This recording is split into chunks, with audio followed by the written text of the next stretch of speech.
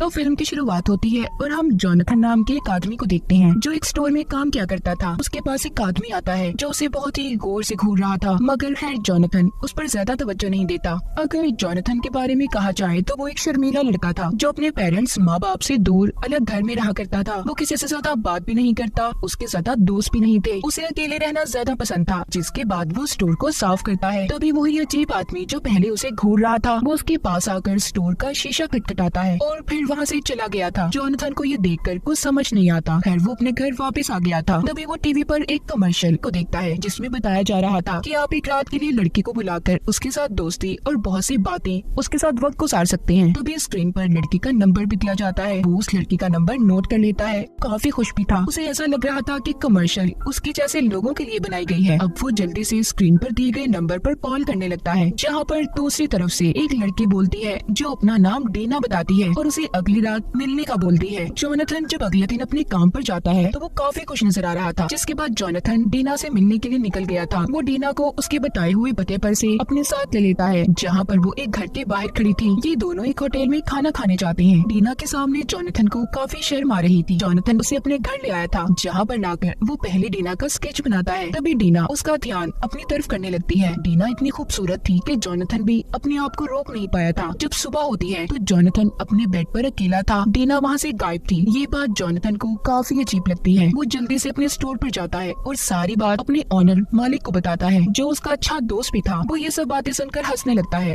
Jonathan उसको बताता है कि कल रात से मेरे जिस्म पर अजीब सी जलन हो रही है। मुझे कुछ समझ नहीं आ रहा कि आखिर मेरे साथ हुआ क्या है। उसका ऑनर कहता है, देखो मेरी बात मानो, तुम्हें डॉक्टर के पास जाना चाहिए, क्योंकि पता नहीं मुझे क्यों लगता है ये इन्फेक्शन आहिस्ता आहिस्ता तुम्हारे जिस्म में भी फैल सकता है। जोनाथन अपने डॉक्टर के पास आता है और खुद को चेक करवाता है। डॉक्टर उसके जिस्म के हिस्से का कुछ टेस्ट करते हैं जिधर इन्फेक्शन हुआ था और कहते हैं कि इसका रिजल्ट आने में 2 दिन लगेंगे। इतने तुम ये क्रीम लगाओ जिससे तुम्हें आराम आ जाएगा। जोनाथन हॉस्पिटल से बाहर आकर फिर से डीना को कॉल करने लगता है, मगर उसका नंबर बंद आ रहा था। वो उसके घर के पास जाता है, जहाँ पर से उसने डीना को अपनी गाड़ी के अंदर बिठाया था। उधर जाकर उसे ये पता चलता है कि ये तो डीना का घर था ही नहीं, क्योंकि वहाँ पर कोई और आदमी था। वो कहता है, ऐसा कैसे हो सकता है, कल रात ही तो मैंने यहाँ से डीना को लिया था। जोनाथन को उस आदमी की बात पर अभी भी यकीन नहीं आ रहा था, इसीलिए वो खुद उसके घर के अंदर झांकने लगा था। तभी उस घर में उसे कुछ अजीब से लोग बैठे दिखाई देते हैं जो जोनाथन को घूर रहे थे। उन्हें देखकर वो काफी डर जाता है, इसीलिए वो अपने घर वापस आ गया था, जहाँ पर वो फिर से डीना को कॉल करने लगता है।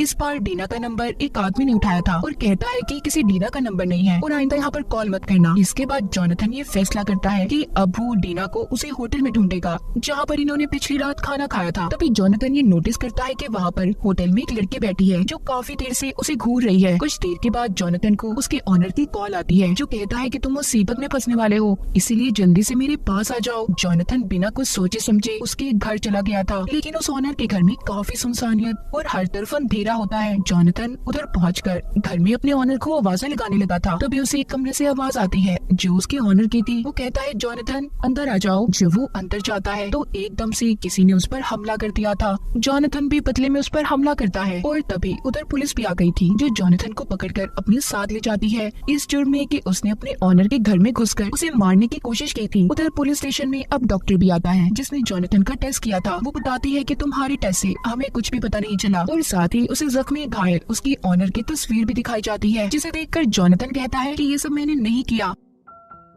अब जोनाथन के पेरेंट्स और ऑनर को बुलाया जाता है, जो बताता है कि जोनाथन पहले मेरे घर आया और जब मैंने इसे आवाज लगाई तो इसने मुझ पर हमला कर दिया। वो कहता है, मैंने ऐसा नहीं किया, हालांकि मुझे तो इसने खुद कॉल करके घर पर बुलाया था। ये सुनकर ऑनर कहता है, नहीं, जोनाथन झूठ बोल रहा है, मैंने उसे नहीं बुलाया था। जोनाथन के मॉम डैड को भी ये अब लगने लगा था कि वो दिमागी तौर पर अकेले रहने की वजह से बीमार हो गया है, इसीलिए उसे एक अच्छे डॉक्टर की जरूरत है। उधर जाकर भी उसे अजीब सी ख्यालात आने लगते हैं। उसे ऐसा लग रहा था कि उस पर कोई जैसे नजर रख रहा हो। तभी वो महसूस करता है कि उसके हाथ पर बहुत ज्यादा खारिश हो रही है। वो इन्फेक्शन जो पहले उसके जिस्म पर था अब हर जगह पर फैलने लगा था। अगली सुबह जोनाथन के मॉम डैड उसे अपने साथ घर ले जाते हैं ताकि वो अपने बेटे का ख्याल रख सके, मगर जोनाथन उनके साथ रहना नहीं चाहता था। वो अपने अपार्टमेंट वापस जाने लगता है, मगर उसके मॉम डैड उसे समझाते हैं कि देखो, आज रात तुम इधर ही रुक जाओ। रात को जब वो अपने बेड पर सो रहा था तो उसे डरावना सपना आता है, जिस वजह से उसकी आँख खुल गई थी। उसे अब अपने घर में एक डरावना साया दिखाई देता है, जिसे देखकर वो आवाजें लगाने लगा था। कौन है उधर? तभी उसके मॉम डैड भी जाग जाते हैं और उसके डैड उसे जबरदस्ती दवाई खिलाकर सोने के लिए कह रहे थे, मगर जोनाथन उस दवाई को खाना नहीं चाहता था। वो सबको समझाने की कोशिश कर रहा था कि वो पागल नहीं है,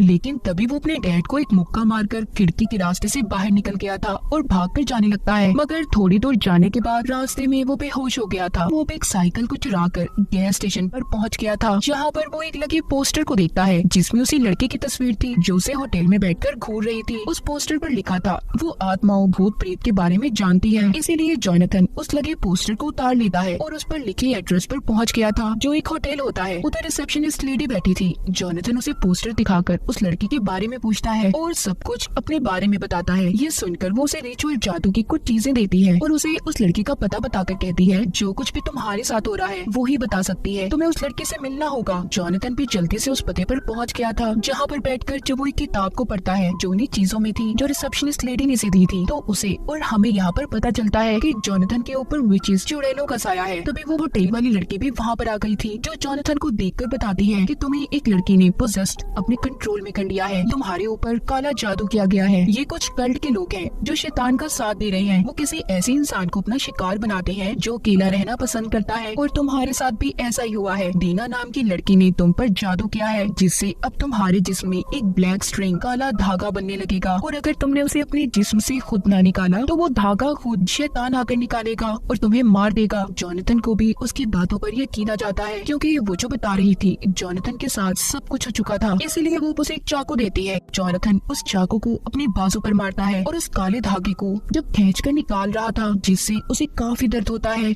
और इसी दर्द की वजह से उसने उस धागे को वहीं पर छोड़ दिया था, जिससे वो बेहोश भी हो जाता है। सुबह होती है तो जोनाथन उसी जगह पर था जहाँ पर उसके पास वही आदमी होता है जो हमने कहानी के शुरू में भी देखा था। अभी तक जोनाथन को कुछ समझ नहीं आया था। फिर इसके बाद वो वहाँ से चला जाता है। रास्ते में वो देखता है जो आदमी दीना के घर पर उसे मिला था वो अपना घर छोड़कर जा रहा है। इस बात का फायदा उठाकर जोनाथन उस आदमी के घर के अंदर जाता है, मगर वहाँ पर भी उसे कुछ नहीं मिला था। तभी उसे ऊपर से कोई आवाज महसूस होती है। जब ये ऊपर जाकर देखता है तो उधर दीना लेडी थी, जिसकी हालत बहुत खराब थी। उसका हाल भी बिल्कुल जोनाथन जैसा था। वो उसको एक पेंटिंग की तरफ इशारा करके कुछ समझाने की कोशिश करती है। उस पेंटिंग में ये दिखाया गया था कि डेविल शैतान कैसे अपने शिकार को मारता है। दरअसल ये कल्ट था जो डेविल की पूजा करते थे और कमजोर लोगों को अपना शिकार बनाकर शैतान के लिए उनके जिस्म में ब्लैक स्ट्रिंग काले धागे को पैदा किया करते, और डेविल शैतान फिर उस आदमी को मारकर अपनी भूख मिटाता है। और उन लोगों ने पहले डीना को अपना शिकार बनाया, और जब डीना जोनाथन से मिली उस पर भी इन सब चीजों का असर होने लगा।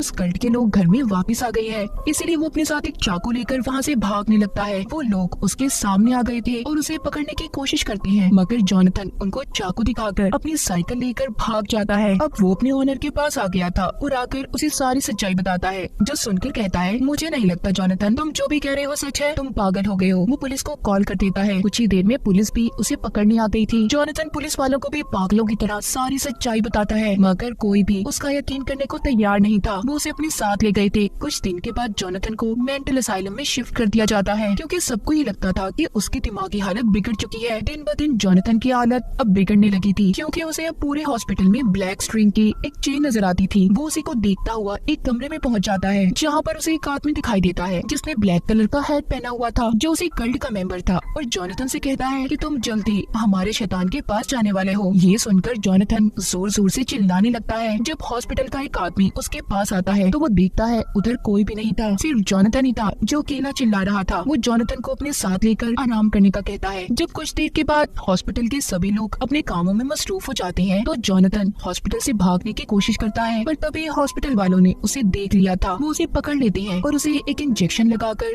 बेहोश कर देते हैं। जब उसे होश आता है तो अब उसके हाथ पांव बंधे हुए थे। तभी वो अपने पास आता हुआ डेविल शैतान को देखता है, जो दिखने में काफी खौफनाक था। वो जोनाथन के ऊपर आकर उसके जिस्म से ब्लैक स्ट्रिंग को निकालने लगता है, जिससे जोनाथन बहुत तड़प रहा था, और ऐसे ही दर्द में तड़पते हुए उसकी मौत हो जाती है। जब सुबह को नर्स उसके कमरे में जाती है तो जोनाथन को मरा हुआ देखकर डर गई थी, क्योंकि उसकी हालत बहुत बुरी थी। उसने चिल्लाकर सभी को वहाँ पर बुला लिया था। जोनाथन के हाथ में वही चाकू होता है जो उसे उस लड़के ने दिया था, जिसने इसे डेविल शैतान की सच्चाई बताई थी और कल्ट के लोगों के बारे में बताया था। बेचारे का किसी ने यकीन नहीं किया और बेमौत मारा गया। फिर हमें इसी कहानी में एक और लड़की दिखाई जाती है जो रोड पर खड़ी लिफ्ट मांग रही थी। तभी हम गाड़ी के अंदर उसी कल्ट के लोगों को देखते हैं जिन्होंने डीना के घर पर भी कब्जा किया हुआ था। वो उस लड़के को गाड़ी में बिठाकर वहाँ से ले जाते हैं। इसका मतलब उन कल्ट के लोगों का अगला शिकार ये लड़की थी। फिल्म की कहानी भी यहीं पर खत्म हो जाती है।